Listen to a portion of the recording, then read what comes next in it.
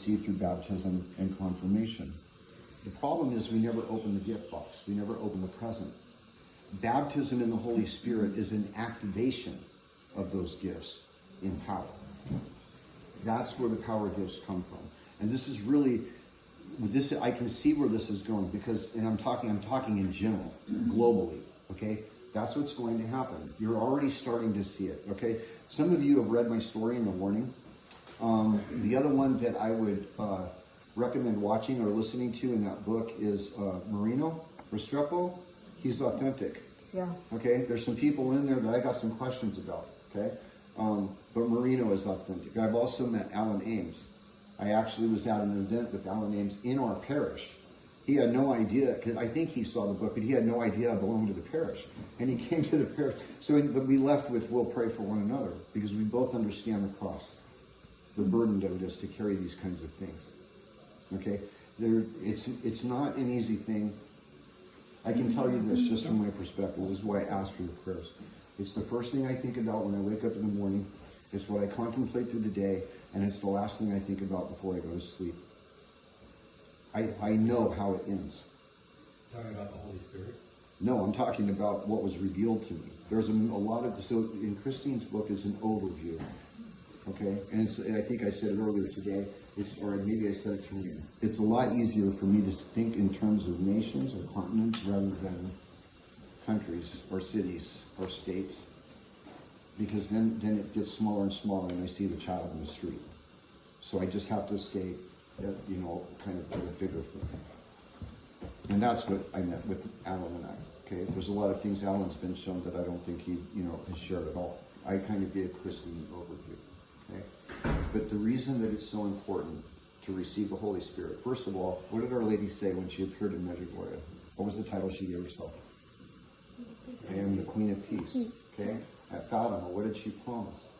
A period of peace. Mm-hmm. Russia will be converted. In the end, my Immaculate Heart will triumph. And this is really important. It may not be in the order she said. Mm-hmm. In the end, my Immaculate Heart will triumph. Russia will be converted. And the world, you see, so it could go a whole bunch of different ways, but people read it in order and they think that maybe that's the way it goes. Or that the triumph of the Immaculate Heart is the conversion of Russia. It might even be intertwined. So there's a lot of different interpretations. The important part is the period of peace. Okay? What did I tell you this morning one of the names for the Holy Spirit was? The peace of God. The Paraclete. Right? So there's so many names. When you read the scriptures, there are so many names for the Holy Spirit. Okay? He guides me by still waters. He restores my soul. Okay, that's still waters. The name of the Holy Spirit. That's peaceful. Peace. That's what it's.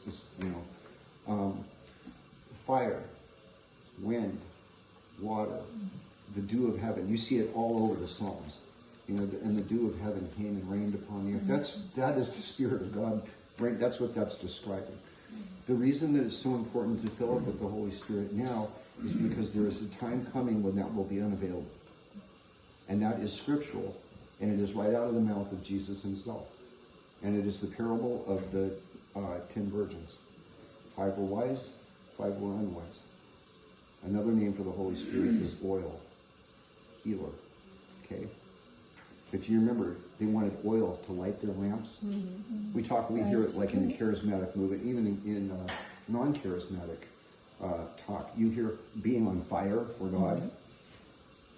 Okay, the only way the fire burns is if it has oil to burn. Mm-hmm. But you remember the 5 unwise virgins, the virgins, were trying to buy oil from the others. Mm-hmm. And it was a time that was so distressful, they said, we're not selling it to you because there may not be enough for us and you, and it will all perish. And when they went to get back from the merchants, they went into the wedding feast, the door was locked, and there was wailing and grinding outside. What is that the story of? Noah. He went into the ark. The door was locked, and the flood came. Mm-hmm. See, so that parable is apocalyptic. Most people don't read it that way, but it is, and it revolves around a mass. Okay, the wedding feast of the Lamb. Okay, As a matter of fact, I'll tell you, if you've read the book, The Warning, I believe that's what that vision was that I saw, where I saw the Mass being held around the world. The reason I knew it was happening all at the same time, okay? And the reason I felt that it was happening all around the world is because only the first priest I saw, when he elevated the host, said, "Behold the Lamb of God." He was the only one I could understand. Everybody else was speaking in a different language. Mm-hmm. Okay? But it is the wedding feast of the Lamb. Okay? So, and I'm not going to say this for sure, but this is what I'm discerning. I believe it is the Feast of Divine Mercy. Okay? And the reason I believe that is because the Feast of Divine Mercy fulfills the Day of Atonement feast in the church according to Jewish law. Is the holiest day within Jewish law. So it fulfills that feast within the Catholic Church. But the Day of Atonement itself, according to Christian theology, is the Day of the Lord. The Day of the Lord is the Day of Divine Wrath. We know that from Our Lady when she spoke to Faustina. We will prepare the world for the one who is to come, the second coming of the one who is to come, not as much